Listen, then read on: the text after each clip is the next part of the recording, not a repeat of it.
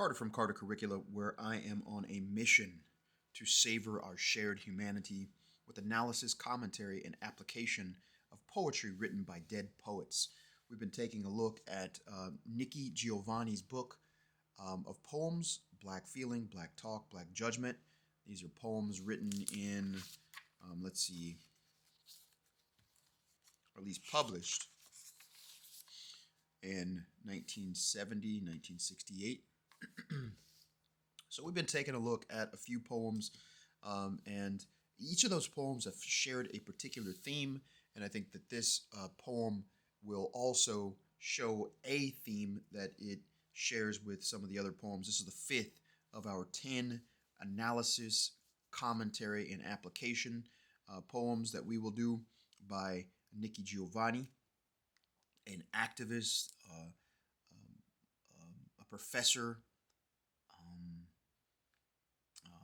a humanitarian, man, a woman whose life really mattered. She made the most of her life. And the poem that we're going to take a look at is called Seduction. Seduction. I'll read it. We'll analyze it a bit, and then I will give some comments on it, and then apply it to our life situation. Seduction.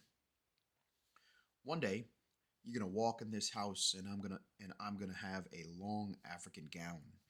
You'll sit down and say, the black, and I'm going to take one arm out. And you, not noticing me at all, will say, what about his brother or this brother? And I'm going to be slipping it over my head, and you'll rap on about the revolution while I rest your hand against my stomach. You'll go on, as you always do, saying, I just can't dig, while I'm moving your hand up and down, and I'll be taking your dashiki off. And you'll say, what we really need, and I'll be licking your arm the way I see it we ought to, and unbuckling your pants. And what about the situation and taking your shorts off? Then you'll notice your state of undress. And knowing you'll say, Nikki, isn't this counter-revolutionary? Wow, what an amazing passage where there's antithetical statements all the way up and down. You see in blue, that is representative of the male speaking, and the red, that's representative of the female speaking. It goes back and forth in terms of literary technique, back and forth the whole way through, where he's almost having a conversation with himself and she's essentially doing something on her own. It's almost two different situations taking place all at the same time. Giovanni shows back and forth what he'll say and then what she'll do. And this is almost like a hypothesis or a prediction. One day you're going to walk in this house. So it's almost like she's saying, look, man, this is going to happen. And I'm going to seduce you. And then at the very end, you're going to say, well, isn't this counter-revolutionary? And so you see all along the way, he's having a conversation, and then it's going on. And then she responds by some seductive thing.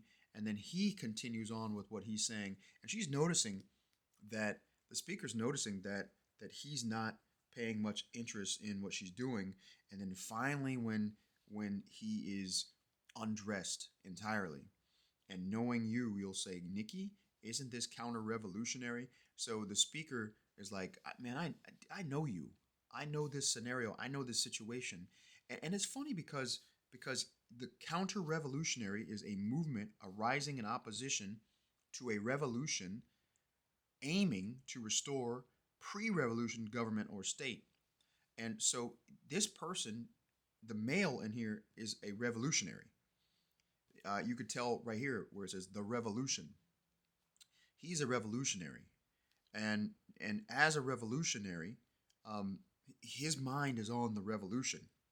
Meanwhile, her mind, and she's a revolutionary. Perhaps it doesn't really state whether or not she's a revolutionary. She doesn't really state that she's a revolutionary, nor does she make any movements or actions that she's a revolutionary.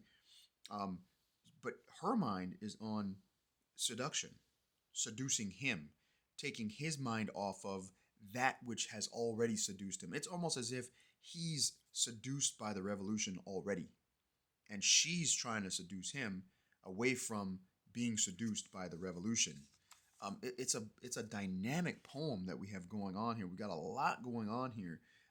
She's seducing him. He's seduced by the revolution. She's taking off his clothes. He's going on about the situation that he's in as a revolutionary. Now, one thing that I want to mention at the very end is that when we talk about counter-revolutionary, his mind is so much on the revolution that it's almost as if he can't even enjoy intimacy with his significant other because his mind is on the revolution. And if there's any enjoyment apart from the revolution, then he sees it as counter-revolutionary. It's going against his own revolution that he's attempting to create. And that brings me to the theme. There's always room for lovemaking, right? Even in the thing, even if you have something that you absolutely adore and love, there's still room for developing intimacy and love relationship with a significant other. You notice this in a few of her poems. Her poems are very much about love and about intimacy. And it just so happens that in this moment where he comes off of a long day's work, her mind is on love, loving him, nurturing the relationship. His mind is on nurturing the revolution because he's in relationship with the revolution. But she shows that the most important relationship is the intimacy that you have, male and female, or significant other, significant other. It's like she has an idea that there are some things that are more important than just a revolution. There are some things that are more important than just the thing that you do for work. There are some things that are more important than that dream, that vision, that goal that you have, and that is loving the people who are around you. And so that brings me to our application. You work hard. I'm sure those of you viewing this, you have desires to accomplish many things outside your home. You want to make an impact on the larger world. Never ever forget your closest relationships. Never ever leave out room for the most intimate relationships that you have. Make sure you relate with them. Make sure you show your love, share your love, and are there in a loving way, because those things outside of there, yeah, they're important outside the home. Those things that you run around attempting to accomplish beyond the home life, those things they matter. But here in this text, we see that they don't matter as much as the love relationship that you have with someone with whom you are intimate. Don't forget that. Like it's easy to forget the people that are closest to you and spend time cultivating relationship with them. It's easy to do that because they're always there. They're there even when you sometimes don't even want them to be there. They're there and they're consistent. But make sure you keep relationship with them intact. Make sure that you carve out time and give your attention to the love relationship that you have with the closest people that you are around. Those people do not neglect. There was a poem that I'll link to this. It was written by a man. Last name is Caruso. I can't remember his first name, but this guy was looking at pictures on his wall, and these pictures that he was looking at were three of his daughters, and he began to get sentimental because he was looking at three of his daughters, and those pictures sort of threw his mind toward a direction where like he was remembering times that he shared and spent with them. And by the time he was able to sit down and look at those pictures, those times were obviously long gone. There are people who are around you who are um, who are there right now, and sometimes we neglect the fact that those people are. going to one day not be around. And so while they're there, be sure to love up on them.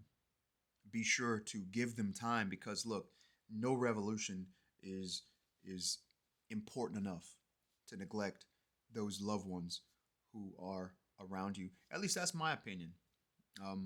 Maybe you might have a different opinion on this, but I think that I resonate with Nikki Giovanni with this particular text. That I think that relationships are neglected oftentimes, and we shouldn't.